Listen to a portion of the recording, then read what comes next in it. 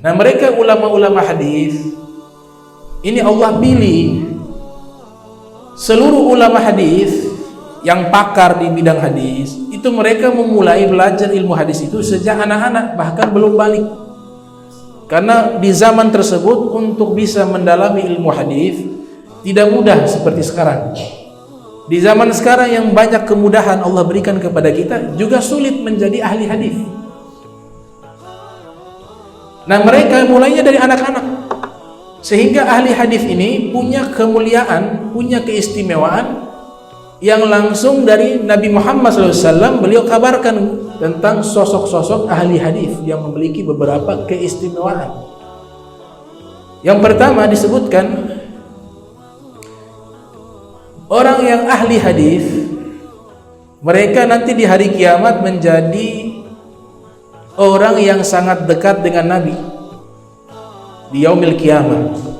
Jadi kedudukannya akrab nas, paling dekatnya manusia dengan Nabi Muhammad di hari kiamat, yaitu ulama hadis.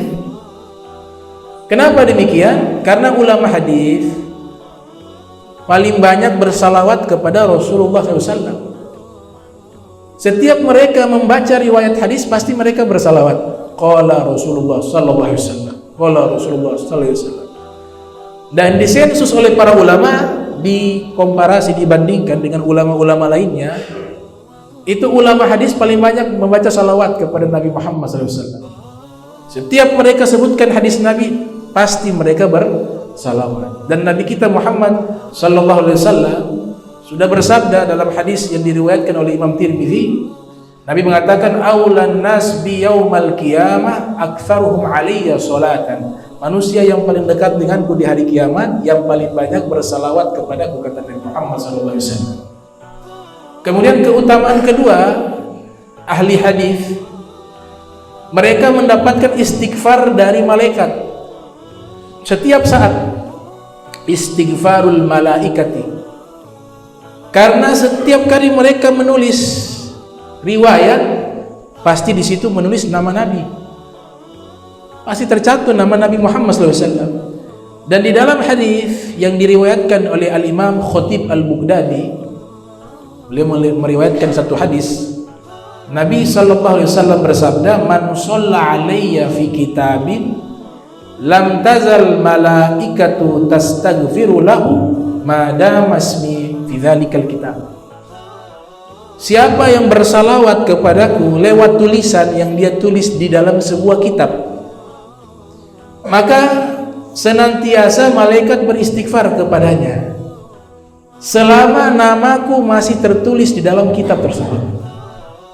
Jadi ulama hadis mereka menulis nama Nabi Muhammad SAW selama nama Nabi masih ada di kitab tersebut, apalagi nanti dicetak dengan jumlah yang banyak. Berapa banyak itu malaikat yang beristighfar kepada mereka.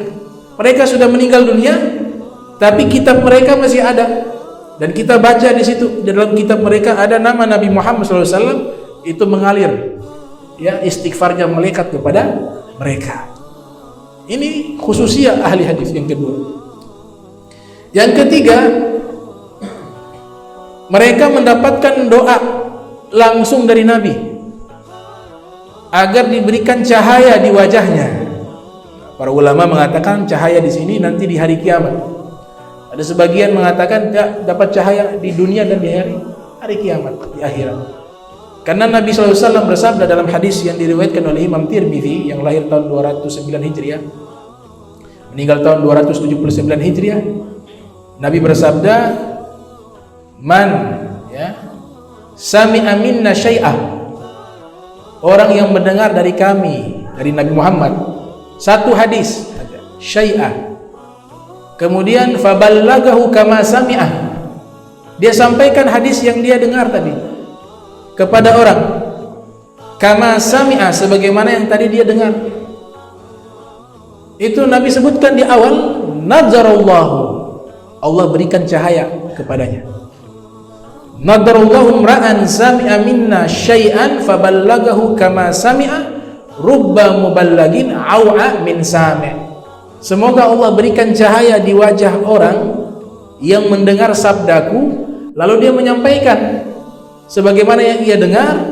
Boleh jadi yang disampaikan lebih paham dari yang mendengar. Di hadis ini Nabi jelaskan atau Nabi membuat satu doa khusus kepada orang yang menghafal hadis Nabi Muhammad SAW dengan diberikan cahaya di wajahnya. Sehingga Imam Suyuti membuat nazam, membuat syair tentang keutamaan daripada hadis tersebut yang diberikan khusus kepada ahli hadis.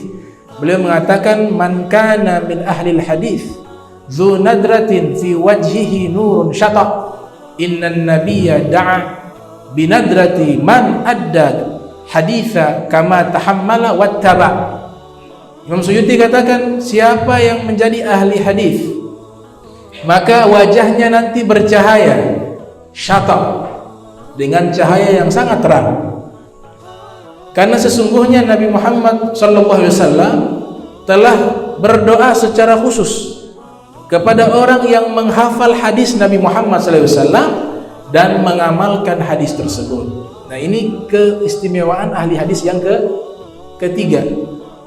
Yang keempat, itu Nabi sebutkan para ahli hadis adalah wakil-wakilnya Nabi. Nabi sebutkan sebagai wakil-wakilnya Nabi Muhammad SAW. Hadis diriwayatkan oleh Imam At-Tabrani yang lahir 260 Hijriah, meninggal 360 Hijriah. Dalam mu'jamnya Nabi berdoa, Allahumma arham khulafai, ya Allah rahmatilah wakil-wakilku, khulafaku. Qalu, ada yang bertanya, ya Rasulullah, ma khulafa'uk, siapa wakil-wakilmu? Qala Nabi sallallahu alaihi wasallam, Nabi bersabda, alladzina ya'tuna min ba'di yarwuna ahadisi wa sunnati wa yu'allimuna hannas. Mereka adalah orang yang datang setelahku, meriwayatkan hadis-hadisku dan sunnahku, kemudian mereka mengajarkan sabda-sabdaku kepada manusia. Mereka itulah wakil-wakil, kata Nabi Muhammad SAW. Yang kelima, keistimewaan ahli hadis, agama Islam ini bisa terjaga keasliannya, sumber ilmunya, itu karena sebab adanya ulama-ulama hadis. Karena hadis ini sangat penting sekali. Kalau hadis ini tidak ada, maka seluruh ilmu agama akan tidak ada. Ilmu fikih tidak ada, ilmu tafsir tidak ada. Kenapa? Karena hadis fungsinya menjelaskan isi Al-Quran. Cara sholat, kita bisa sholat takbiratul ihram sampai salam, itu semua penjelasan dari mana? Dari hadis Nabi Muhammad SAW. Maka hadis dikatakan dijaga oleh ulama hadis. Hadis dijaga oleh ulama hadis, dan hadis ini menjaga ilmu agama Islam. Itu sabda Nabi Muhammad SAW. Yahmilu hadzal ilm kullu khalafin uduluhu yanfuna anhu tahrifal ghalin wa intihalal mubtilin wa ta'wilal jahilin. Hadis diriwayatkan oleh Imam Baihaqi yang lahir tahun 384 Hijriah, meninggal 456 Hijriah, juga diriwayatkan oleh Al-Imam At-Tibris dalam kitab Mishkatul Masabih. Nabi bersabda, agama ini dijaga setiap generasinya oleh orang-orang yang terpercaya. Dalam syarah daripada hadis tersebut menjelaskan, yang dimaksudkan di hadis ini yang menjaga agama Islam adalah ulama-ulama ahli hadis. Adanya mereka itu yanfuna anhu tahwilal ghalin. Mereka menghilangkan atau melindungi nas Al-Quran ataupun hadis Nabi dari takwilan-takwilan orang-orang ekstrim. Orang ekstrim menakwilkan hadis Al-Quran, itu mereka menakwilkan secara ekstrim. Misalnya kaum Khawarij itu menyatakan yang keluar dari kelompok mereka semuanya kafir, karena menganggap yang tidak berhukum dengan hukum Allah dia kafir. Wa man lam yahkum bima anzalallah fa ulaika humul kafirun. Nah, ini tafsiran yang ekstrim. Padahal kafir itu di dalam Al-Quran dijelaskan oleh Ibnu Abbas ada tingkatan. Ada kafir yang betul-betul keluar dari agama, ada kafir yang mendekati kekafiran keluar dari agama, ada kafir namanya kafir kecil. Sehingga orang yang kufur terhadap nikmat disebutkan dengan kafir. Wala in syakartum la azidanakum. Itu disebutkan kalau bersyukur aku tambahkan. Wala in kafartum inna azabi lasyadid. Tapi jika kalian kafir, maka azab sangat pedih. Di sini kan kufur terhadap nikmat. Allah gunakan kata kafir, tapi bukan berarti keluar dari agama. Nah, ini takwilan orang-orang ekstrim.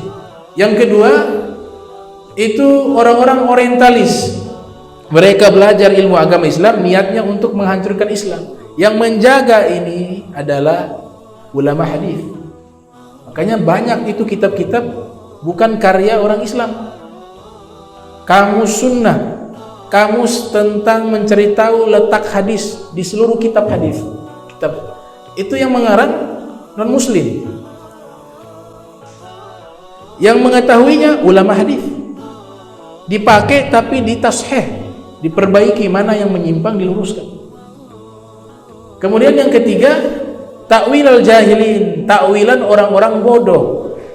Nah, ulama hadis mereka memperbaiki kesalahan itu. Takwilan-takwilan yang salah diperbaiki oleh mereka, ulama-ulama hadis. Dan alhamdulillah setiap generasi selalu ada ulama hadis. Setiap generasi selalu ada, sampai saat ini juga masih ada. Nah, ada seorang ulama hadis di Suriah, mungkin tahun 40-an kalau Masehi. Di Suriah itu hebat, itu hafal semua kitab hadis. Namanya Sayyid Badruddin Al-Hasani. Itu semua kitab hadis beliau hafal. Dan mengajar tidak pernah membawa kitab, karena beliau sudah hafal itu hadis-hadis Nabi Muhammad SAW. Dan di zaman kita juga ada di Jordan, beliau hafal Kutubus Sittah, namanya Syekh Abdullah Al-Hariri. Nah, itu juga menghafal Kutubus Sittah. Ada di India juga banyak ulama hadis. Abul Hasan An-Nadwi, ada Zakaria Al-Kandahlawi, pengarang Fadailul Amal. Ada juga Syekh Ilyas.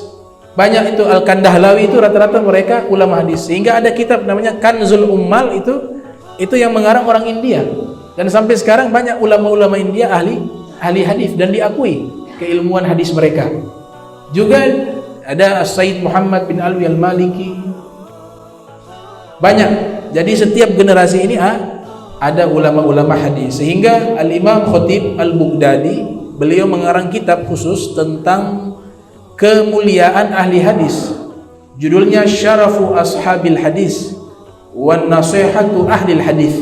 Dalam kitab tersebut beliau sebutkan riwayat-riwayat tentang kemuliaan orang-orang yang mereka ahli di bidang ilmu hadis Nabi Muhammad SAW.